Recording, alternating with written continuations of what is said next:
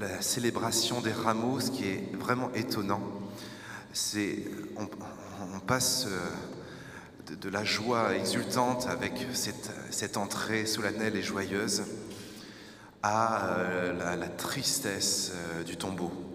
Ça, en quelques dizaines de minutes. C'est incroyable, hein, ce que l'Église nous fait vivre et ce qu'a vécu Jésus en plusieurs jours. Mais voilà, dont on fait mémoire en quelques dizaines de minutes. De la joie exultante aux ténèbres de la mort, de la torture. De la torture. Jésus est vraiment torturé. Est-ce que tout le monde a bien réalisé ça? Est-ce que tout le monde a bien réalisé que Jésus est torturé de telle sorte qu'il n'a presque plus de peau intacte sur ses os, qu'il est défiguré, c'est-à-dire qu'en fait on pourrait ne pas le reconnaître, qu'on lui crache dessus, qu'on se moque de lui, qu'on l'humilie, qu'on le rabaisse après l'avoir exalté. C'est pas forcément les mêmes personnes, peut-être certaines c'est les mêmes personnes, hein. On ne sait pas, mais en tout cas on passe d'une extrême à une autre. Et si on réfléchit bien, dans notre vie on a aussi ces contrastes-là, hein. Je ne sais pas si vous avez une vie super bien réglée, toujours pareille. J'allais dire tant mieux pour vous, pas forcément, mais en tout cas, nous aussi dans nos vies, on a parfois des moments d'exultation, de joie intense, des moments extraordinaires, et puis des moments de souffrance, d'épreuve, d'échec, de deuil, de rejet, d'humiliation, de trahison. Voilà, donc ça, il faut comprendre une chose, c'est que si Jésus emprunte tous ces chemins-là de nos vies humaines, c'est précisément pour, l'habiter de sa présence et j'ai presque envie de dire nous donner le mode d'emploi. Donc j'ai envie de vous prêcher aujourd'hui sur comment, je vais être plus précis, j'allais dire comment vivre, mais je vais dire comment souffrir. Je vais rester sur cette dimension-là parce que nous rentrons dans la Semaine Sainte. Nous allons vraiment continuer de méditer les épreuves de Jésus, la souffrance de Jésus. Et si on prend une semaine pour ça, c'est pas pour rien, c'est parce que vraiment il nous faut bien ça pour essayer de comprendre quoi faire de nos souffrances. Alors petit correctif, souvent notre réflexe un peu humain, moi je l'ai constaté en moi en tout cas, hein, mais je crois que je ne suis pas le seul, c'est de dire pourquoi je souffre. Qu'est-ce que j'ai fait au bon Dieu? Quand il nous arrive un truc, hein? Pourquoi? Qu'est-ce que j'ai fait au bon Dieu? Je nous inviterai tous à peut-être mettre de côté quelques instants cette question de pourquoi la souffrance, pour plutôt se dire mais comment souffrir? Parce que la révolution du christianisme, la révolution de Jésus, c'est de nous avoir donné tout ce qu'il faut pour souffrir comme il faut.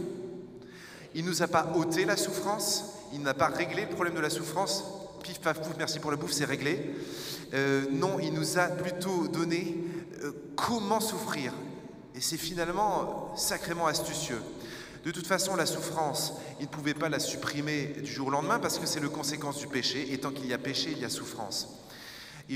D'ailleurs, ça me permet de rappeler à tous, mais peut-être spécialement à ceux qui viennent plus rarement à la messe et qui sont peut-être un peu moins connaisseurs du mystère de la foi, que je rappelle que Dieu n'a voulu ni la douleur, ni la souffrance, ni la mort, ni la maladie. Je répète, 1, 2, 3. Dieu n'a voulu ni la douleur, ni la souffrance, ni la mort, ni la maladie. Dieu n'a voulu ni la douleur, ni la souffrance, ni la mort, ni la maladie. Est-ce que tout le monde est bien au clair avec ça? Parce que c'est une source de malentendus. C'est ce qui fait que des gens ont quitté la foi. Ils ont quitté la foi sur ce malentendu, en pensant que Dieu est celui qui nous accable de souffrance, presque avec un plaisir sadique, des fois. Donc non, c'est complètement ridicule de penser ça et pourtant il y a presque quelque chose de naturel qui fait qu'on pense ça, surtout quand on est peu instruit de la foi. Donc ça, il faut lutter, c'est un grave quiproquo. Est-ce que tout le monde est au clair là-dessus? Et il faut le dire aux autres aussi. Hein, à vos amis qui ne sont pas trop branchés foi, rappelez-leur ça. Rappelez-leur qu'il y a un énorme quiproquo. Il faut déjà enlever ce quiproquo. Comment voulez-vous qu'ils s'approchent de Dieu s'ils pensent que Dieu est l'auteur de la maladie, de la souffrance, etc.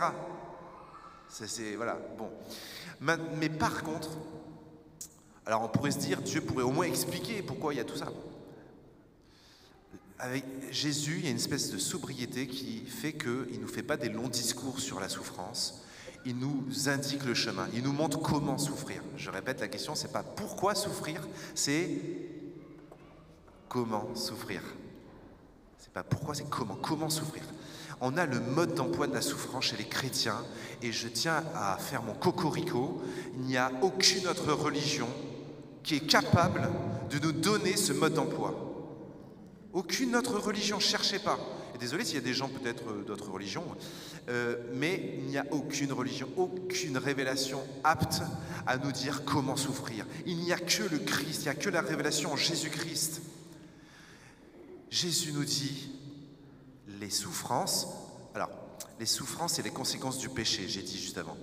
Donc en fait, le péché, vous ne me voyez pas tous, mais tant pis, vous imaginez, j'ai une main en haut. Ça, c'est la situation du péché qui entraîne la souffrance. La situation du péché qui entraîne la souffrance. C'est tout, je fais juste un trait, voilà. Une courbe qui descend, ok? Le péché entraîne la souffrance. Ça va? Je vous ai pas perdu là? Et Jésus, qu'est-ce qu'il fait? Il se plonge dans la situation, dans la conséquence du péché. Il prend sur lui le péché pour prendre sur lui aussi la conséquence du péché, c'est-à-dire la souffrance. Il est complètement imbibé de souffrance. Il n'est plus qu'une loque de souffrance. Il est une espèce d'éponge de souffrance.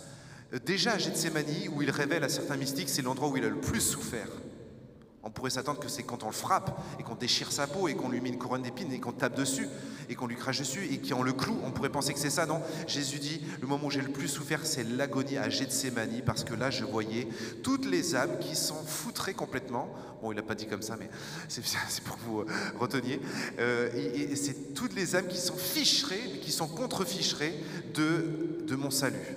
Et qui, malgré tout ce que j'ai fait pour qu'ils aillent au ciel, ils iraient quand même en enfer. Et ça, c'est le déchirement du cœur de Jésus de voir ces âmes se perdre. C'est la plus grande des souffrances de Jésus. Tout ce qui est souffrance physique à côté, là aussi, il n'a peut-être pas dit comme ça, mais laissez-moi le dire comme ça, c'est de la gnognotte. C'est du pipi de chat. Voilà, la souffrance, la plus grande des souffrances de Jésus, c'est de voir les âmes se perdre.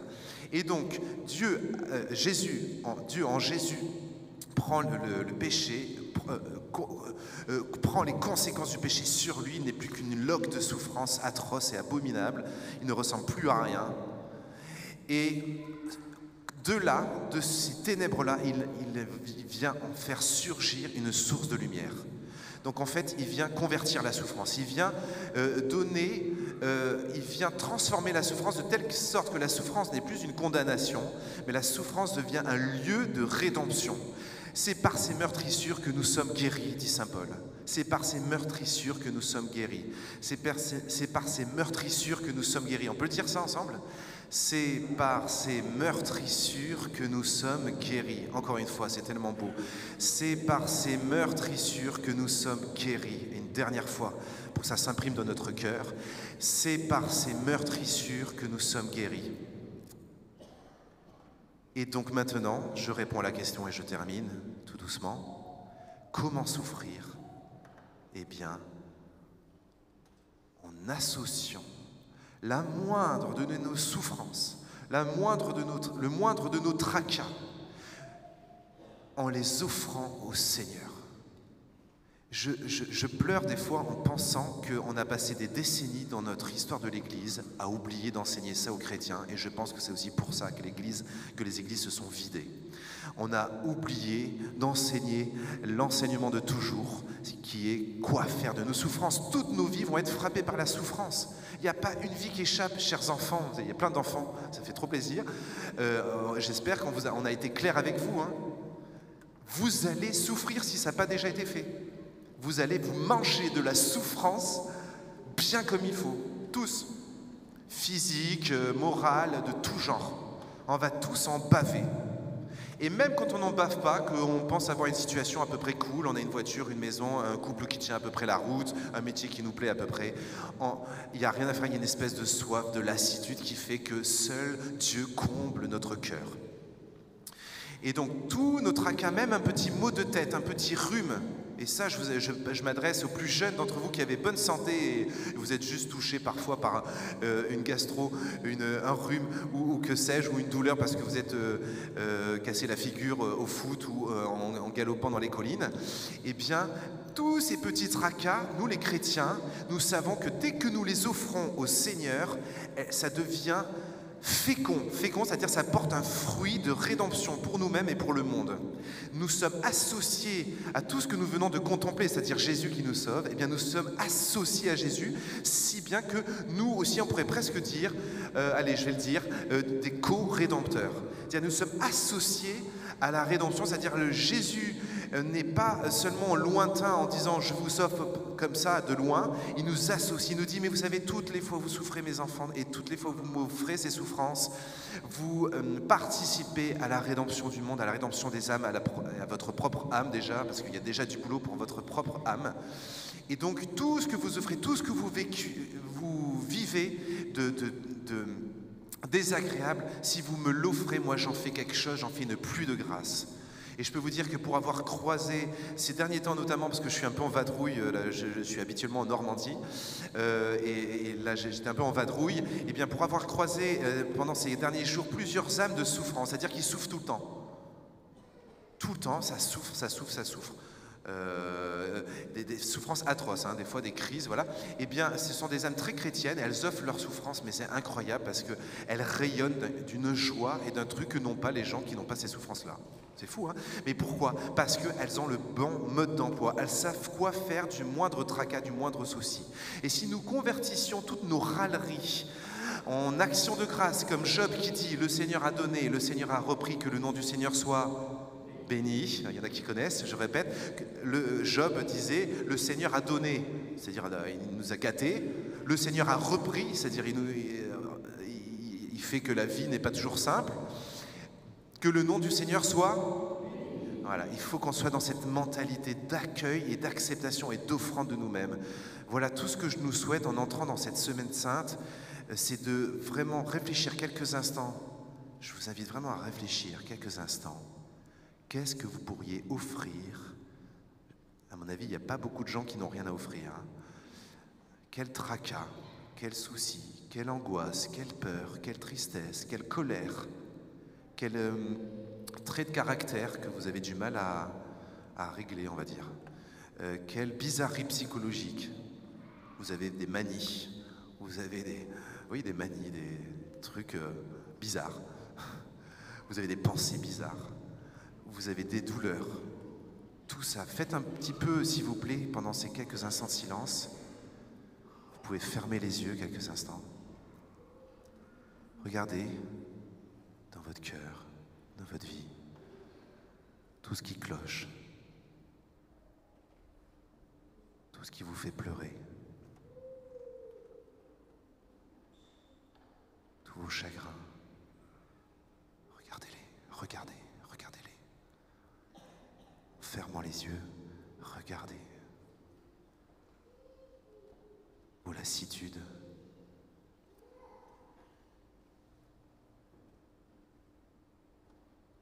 tout ce qui déraille. Présentez-le à Jésus. Vous dites, Jésus, je te confie ce chagrin, je te confie cette peine. Je te confie ce mal de dos, Signifie ma vue qui baisse.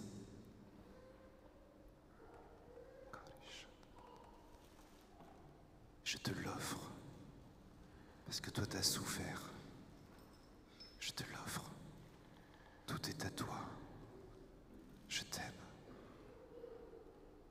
Je te donne tout. Je t'aime. Je veux te consoler, toi qui as souffert.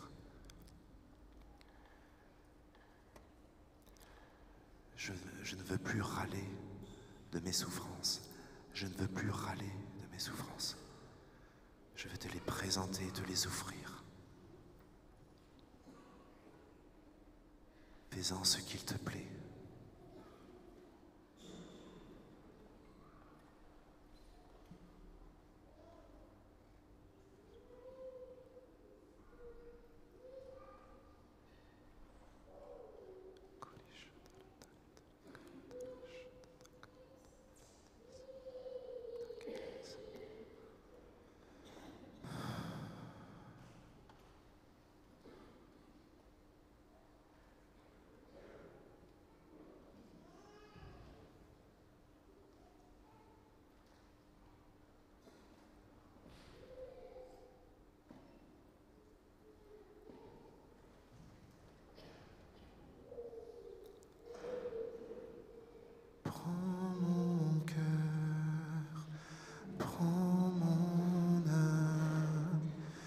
Je te donne tout.